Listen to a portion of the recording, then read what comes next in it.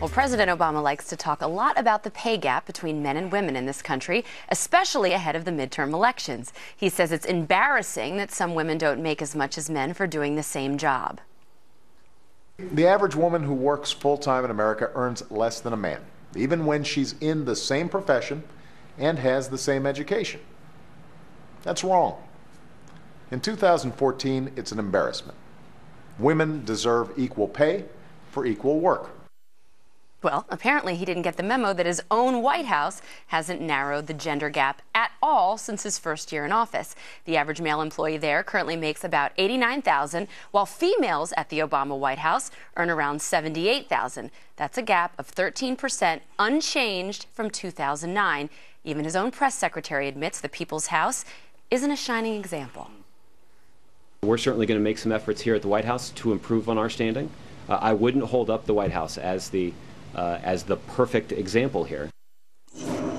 Dana, what do you think about that response? I love that response. It's refreshing and it's honest, and he didn't try to pretend like the White House doesn't have a problem or that they don't have some work to do. I thought it was the best possible way to handle that answer, unless you had a better way to, unless you said, oh, well, you know, next week we're going to change it all. What is your problem? Greg, you look disgusted. It's just another man taking a woman's job. It's a press secretary. Doesn't that bother you? I thought that was a good answer. Yeah, it was all right. They don't have great facts, so therefore the answer was pretty good. Are you saying Jay Carney was a woman? No, I'm just saying. I'm making a joke about secretary. They did get dinged on this, Greg, in the Washington Post. I mean, they have been called out for this pay disparity, but does it matter? No, it's the problem with liberals, Bob, is they can never build, they can only level. So their idea of equality is always forced from above, which inevitably leads to death, because sooner or later people want to achieve more than the government is willing to give you.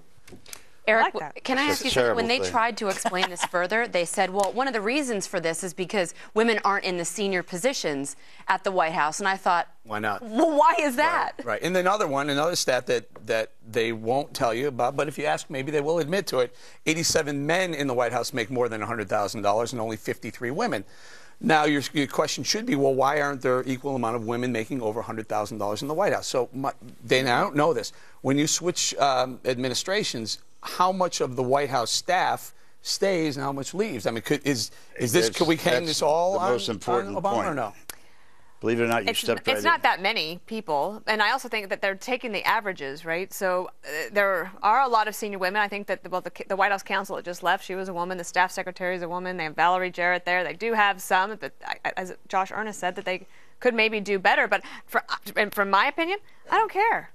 I just want them to hire the best people that they have for the job.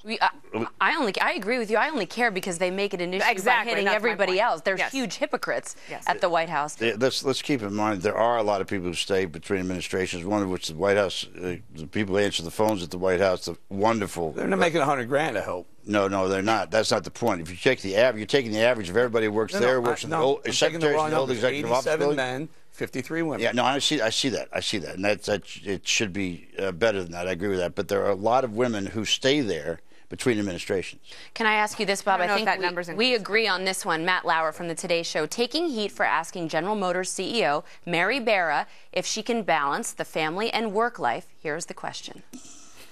You're a mom, I mentioned, 2 kids. You said in an interview not long ago that your kids said they're going to hold you accountable for one job, and that is being a mom.